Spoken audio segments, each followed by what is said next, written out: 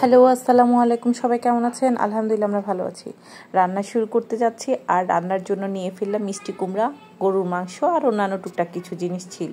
তো এখানে আমি দুই পাশে দুইটা বসাই দিচ্ছি, আর এখানে আমি প্রথমে মিষ্টি কুমড়াটাই চিংড়ি মাছ দিয়ে বসাই দিলাম, আর এরপরে অন্যান্য রান্না যেমন গরু মাংস বা হাবি চাবি যা যা ছিল সবই রেডি করে ফেললাম। আর এর ভিতরে আমার একজন গেস্ট আসছে দুপুরবেলায়, অধর বাবার অফিসের একজন কলিগ আসছে প্রায় তখন, আর এটা 3টা এইরকম সময়। তো এখন কি করব, মাত্র খেয়ে গিয়ে একটু শুলাম, উঠতে তো হবেই যেহেতু গেস্ট বাসায়। তো তাড়াহুড়া করে কিছুক্ষণ ভাবলাম আগে কি বানাবো, তারপর একটু নুডলস বা পাস্তা যাই বলেন করে নিলাম। করার পরে একটু চাটা রেডি করলাম। আর সন্ধ্যার পর পরে আমার ভাসুর আসছে, উনি রওনা হয়েছিল বিকালবেলায়। তারপরে বৃষ্টি টিষ্টি ছিল সারাদিন, সেই সকাল থেকে আসবার বের হতে পারছিল না, তো পরে আসছো। আর আমার যা এখানে আমার জন্য কাঁঠাল রান্না করে পাঠাইছে, তো আমরা একটু খেলাম সবাই বাটিতে নিয়ে, ভালো লাগছে। আর কাঁঠালটাও মজা হয়েছে রান্না, এই বছরেই প্রথমই রান্না কাঁঠাল খেলাম।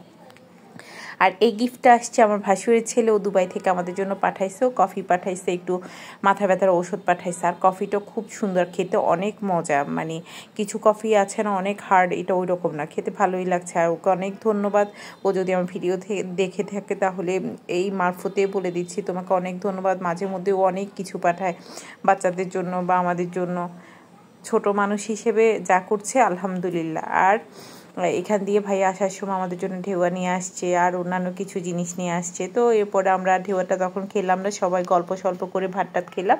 আর রাত্রেবেলা শুতে যাওয়ার আগে মুহূর্তে আমি যখন এগুলো সব গুছিয়ে রাখছিলাম, তখনই আমার চোখে পড়লো ঢেউয়াটা তো একটু নরম হয়ে যাচ্ছে, নষ্ট হয়ে যেতে পারে। আর একটু খেয়েই দেখি এত দূর থেকে আসছে, আর আমার এই ফলটা অনেক ভালো লাগে।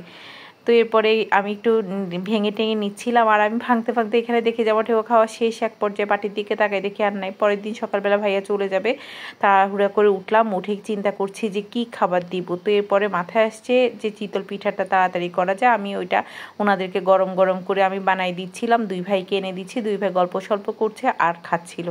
তো আমি এটার সাথে গরু মাংস বের করে দিলাম, তারপরে একটু নারকেল চিনি এগুলো দিলাম। আর চিতল পিঠাটা তো এইভাবে খেতে ভালোই লাগে নারকেল চিনি দিয়ে, বা রাব থাকলে রাব যে এটা দিয়ে খায়। তো এরপরে ওনারা খাচ্ছিল, আমি সব সামনে টামনে দিলাম, আর তখন বাচ্চারা ঘুমাচ্ছিল। তো আর এই চিতল পিঠাটা তো আমরা নোয়াখালীরা যারা আছি আমাদের কাছে অনেক ভালো লাগে, কিন্তু আমার বাচ্চাগুলো না পছন্দ করে না। তো ওই জন্য ওদের জন্য আর করলাম না, আমরাই খেলাম। ভাইয়া খেলো, মাউনিয়া খেলো, আর লাস্টে আমিও একটু খেলাম। ওদেরকে খাওয়া টাওয়া দিয়ে ওরা যখন দুই ভাই ড্রয়িং রুমে চলে গেছে, আর আমি এখানে বসে আমার নাস্তাটাও সেরে ফেললাম, কারণ পরে আবার যদি না হতে চায় এটা অনেক ঝামেলা করে বানাতে গেলে। আর এখানে বাড়িতে আমার দুইটা নাতনি আছে ছোট ছোট, ওদের জন্য একটু কি পাঠাবো ভাইয়া যে আসছে।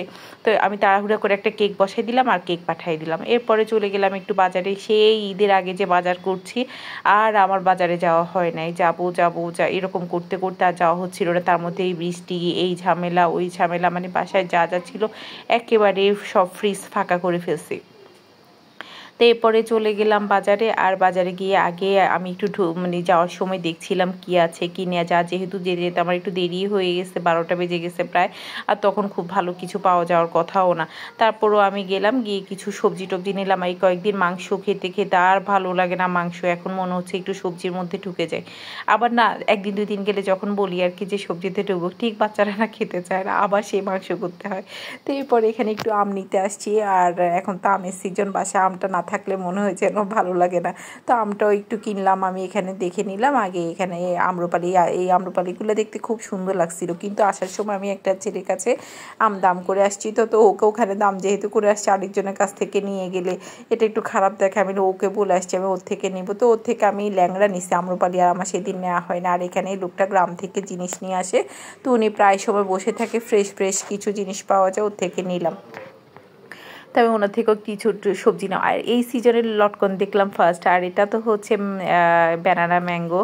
তো ভালো লাগে, এখন বাজারে গেলে এই আমগুলো দেখতে সুন্দর, একটু দাম বেশি, কিন্তু আমি জানি না এটার টেস্ট কেমন, কেন যেন মনে হয়েছে না আমার কাছে এটা দেখতেই সুন্দর, তো ওই জন্য আর কেনা হয় না। আর এখানে মাছের দোকানে আসছি, দেখি যে আজকে মাছ আর ভালো নাই, যে এই মাছগুলো ওরা পানিতে রাখছে ঠিকই, কিন্তু নাড়াচাড়া নাই দেখে আমি আর নিলাম না।